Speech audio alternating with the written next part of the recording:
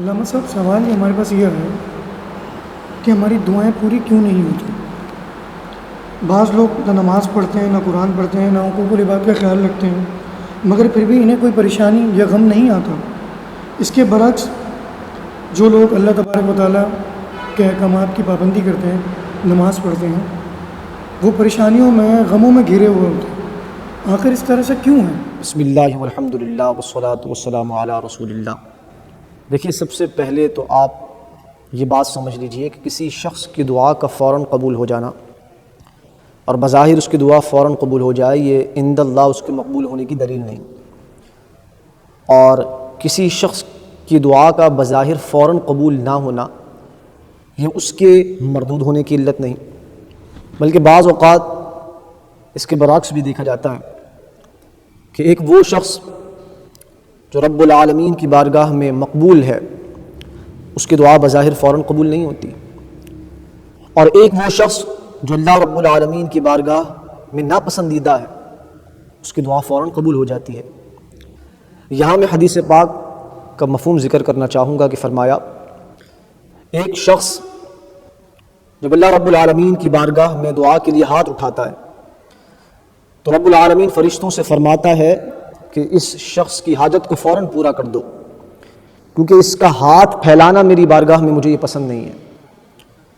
اور ایک دوسرا شخص فرمایا، جب وہ اللہ کی بارگاہ میں دعا کے لیے ہاتھ اٹھاتا ہے تو اللہ رب العالمین فرشتوں سے فرماتا ہے کہ اے فرشتوں، اس کا کام پورا کرنے میں تھوڑا توقف کرو۔ کیوں؟ کیونکہ اس کا مانگنا اور میری بارگاہ میں گڑ گڑانا یہ مجھے بڑا اچھا لگتا ہے۔ اور دوسری بات یہ کہ دعا کی توفیق مل جانا یہ بھی بہت بڑی نعمت ہے۔ ہمیں ہرگز بدگمان نہیں ہونا چاہیے کہ آیا میری دعا قبول ہوگی کہ نہیں ہوگی۔ یقین ہونا چاہیے کہ میرا رب بڑا کریم ہے، میرا رب مہربان ہے، وہ رحمت والا رب ہے، وہ اپنی رحمت کے صدقے میری دعا کو ضرور قبول فرمائے گا۔ حدیث پاک میں آیا، ابو داؤد اور ابن ماجہ شریف کی حدیث سے فرمایا، ان ربکم حی کریم یستحیی من عبدہ اذا رفع یدیہ ان یردہما صفرا۔ فرمایا تمہارا رب بڑا کریم ہے، وہ صاحب حیا ہے، جب بندہ اپنے رب کی بارگاہ میں دعا کے لیے ہاتھ اٹھاتا ہے تو رب العالمین کو حیا آتی ہے کہ وہ اپنے بندے کے اٹھے ہوئے ہاتھوں کو خالی لوٹا دے۔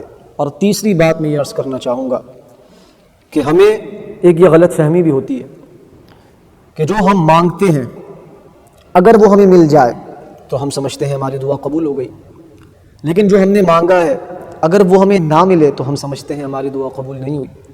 حالانکہ دعا کی مقبولیت کی فقط یہ شکل نہیں ہے، بلکہ روایت میں آیا، نبی پاک علیہ الصلاۃ والسلام نے فرمایا کہ جب بندہ اللہ رب العالمین کی بارگاہ میں دعا کرتا ہے تو رب العالمین اس کی دعا کی برکت سے 3 میں سے کوئی ایک چیز اسے ضرور عطا فرماتا ہے۔ کہا پہلی چیز وہ یہ کہ جو دعا میں بندہ مانگتا ہے اللہ اسے وہی عطا فرما دیتا ہے۔ نمبر 2، یا اس کی دعا کو آخرت کے لیے ذخیرہ فرما دیتا ہے۔ نمبر 3، یا اس دعا کی برکت سے اس پر آنے والی آفت کو اللہ رب العالمین ٹال دیتا ہے۔ الغرض دعا تو قبول ہوتی ہے، لیکن دعا کی مقبولیت کی شکلیں مختلف ہوتی ہیں، لہٰذا بندے کا یہ فرض ہے کہ وہ رب العالمین کی بارگاہ میں دعا کرتا رہے، رب العالمین کی رحمت سے نا امید نہ ہو بلکہ رحمت سے امید رکھے۔ اور فرمایا گیا نا کہ لا تقنطوا من رحمت اللہ، کہ تم اللہ کی رحمت سے نا امید نہ ہونا۔ تو لہٰذا ایک مسلمان، ایک بندہ مومن وہی ہے جو اپنے رب کی رحمت سے امید رکھتا ہے، اور یہ امید رکھے کہ میرا رب اپنی رحمت سے میری دعاؤں کو ضرور قبول فرمائے گا۔ حدیث پاک میں آیا کہ بندے کی دعا ضرور قبول ہوتی ہے، بشرط یہ کہ وہ جلد بازی چھوڑ دے۔ پوچھا گیا یا رسول اللہ جلد بازی کا کیا مطلب؟ آپ نے فرمایا جلد بازی کا مطلب یہ ہے کہ وہ شخص یہ سوچنے لگے کہ میں نے دعا تو بہترین کی تھی لیکن میری دعا قبول نہیں ہوئی، اور تھک کر دعا کرنا چھوڑ دے۔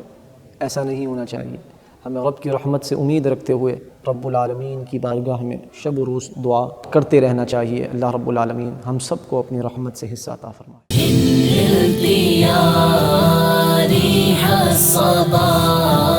يوما إلى